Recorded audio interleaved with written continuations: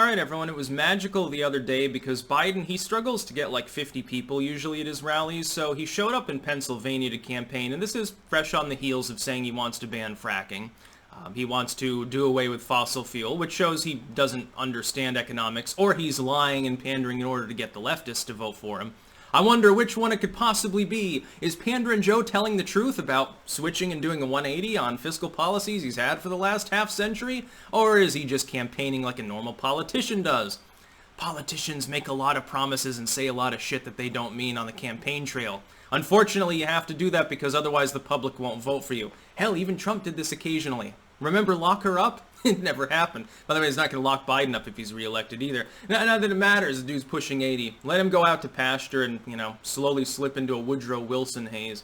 But Joe Biden was holding his rally, and there are shots from both.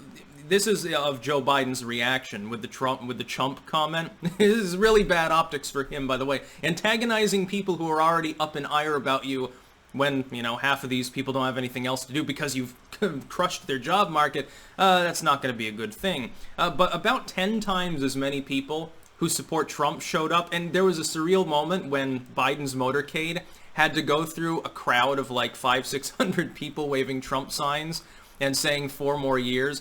Again, the optics are Biden gets 50, maybe 100 people at this rally, and that's a maybe.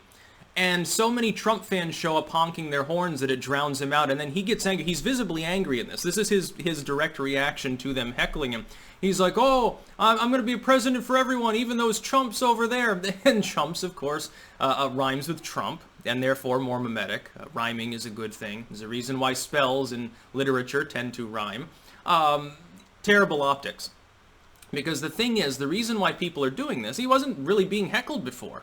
For the most part, people just avoided his rallies. He'd have fucking 5-10 people there. Trump fans aren't going to show up.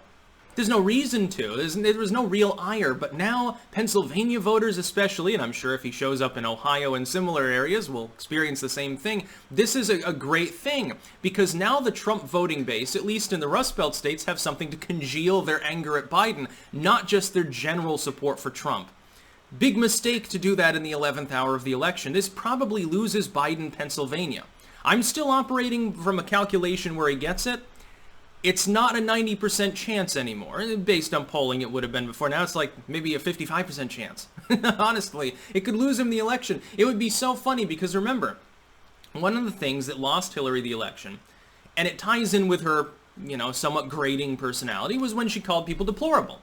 And it was the problem is that if you're casting your opponent off as disrespectful, dismissive of the needs of the average person, out of touch with the average American, and then you're calling a large number of those people irredeemable and deplorable based on their voting preferences, optically that's not good because it nullifies the point that you've made that the optics of your opponent are bad.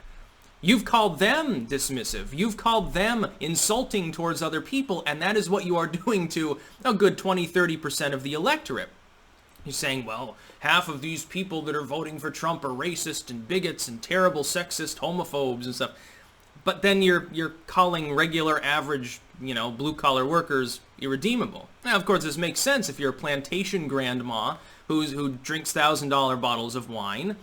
Yeah, you don't like the average person. But people, they look askance to that sort of thing. And Biden has the same optics problem with his chumps comment. Now, this should be done, again, I encourage Trump fans, when there's a Biden rally in your area, you should go and protest. Now, do it peacefully. No fighting, no threats, no any bullshit like that. Show up with your sign and honk your horn. Because Biden apparently doesn't respond well to it and then says off-the-wall shit. And then again, antagonizing Biden, at least from afar, and stay behind the police, is a good idea. Because when he gets antagonized, when he gets hot under the collar, he does things like he calls people chumps for disagreeing with him. Oh, I'm going to be the president for everyone, including those chumps over there. Do you realize how many undecided voters are in the Rust Belt? When they see you doing that, one of the biggest benefits for the Biden campaign is that he was generally regarded as less insulting, less personally grating as a human being. If he loses that optic, especially in a place like Pennsylvania, and I'm sure that this made lots of local news, I'm joking, of course, that's not good for his campaign. So spread word, Biden thinks that you're a chump if you don't vote for him. Also, you remember 50 Cent just had to be reminded that he was black by an extremely white Chelsea handler. So, you know, this is becoming a pattern of being dismissive towards people based on their various statuses, who they're going to vote for, clothes they wear, the color of their skin and stuff, and trying to put them into little stereotypical boxes. This seems to be the Democrats' MO in this current election. Now, they were doing it in 2016. It didn't work, did it? Biden is running behind where Hillary was in a number of states now. In Florida, certainly. Florida looks like it's off the table for poor Joe. That's the big one of the night if you don't assume that Texas is on the table, which, again, polling doesn't indicate that's a particularly high likelihood. And then you have the enthusiasm gap. If Biden does this too many times, he risks in upping the enthusiasm that's already sky high among Republicans. Well, that's not good now, is it? But there was a pathetic rally. And the thing is, nobody would even know the rally was happening unless he had gotten heckled and said something stupid. The real irony is that the internet doesn't even know that Joe Biden exists most of the time. Look at CNN's front page right now. What is it? It's a wall of Trump. It's all negative, but it doesn't really mention Biden that much because he's not exciting. He doesn't bring home the bacon. The tabloid legacy media largely fucking ignores the candidate they've, in many cases, explicitly endorsed. Trump, once again, as he did in 2016, sucked the oxygen out of the room. They spent several years prior to the general here warning one another, patting each other on the back and saying, okay, this time we're going to deny Trump all the attention. Last time he did weird shit and we talked only about him, and it took the thunder out of Hillary Clinton's campaign. It took the wind out of her sails. They're doing the same thing and worse this time. And Trump's not even acting up half the time when they do it. He doesn't even have to do anything screwy at this point. He lives rent-free in their heads. All he has to do is exist and run on the same, basically, milquetoast policies he's been running on. Secure the border. There's nothing fanatic about that. Lower taxes. That's not a fanatic proposal. Not attacking the Second Amendment. Not starting a war. How are these far-right beliefs? I don't understand people who are like, well, the Republicans have lurched so far to the right. Yes, by giving up the being against gay marriage issue. By putting justices on the Supreme Court that consider Roe v. Wade settled science. By not bombing third world children and asking me for a bunch of money and debt spending to pay for it. Where's this far right coming from? Meanwhile, I see loads of Democrats refusing to disavow communism.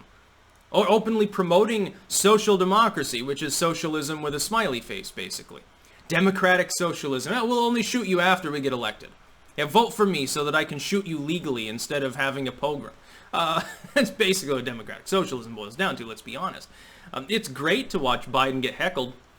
You know, Trump gets heckled and these people cheer and cackle. Biden gets heckled and he gets this sour face and gets all self-righteous and mad. And then he coughs right afterwards. That was funny too.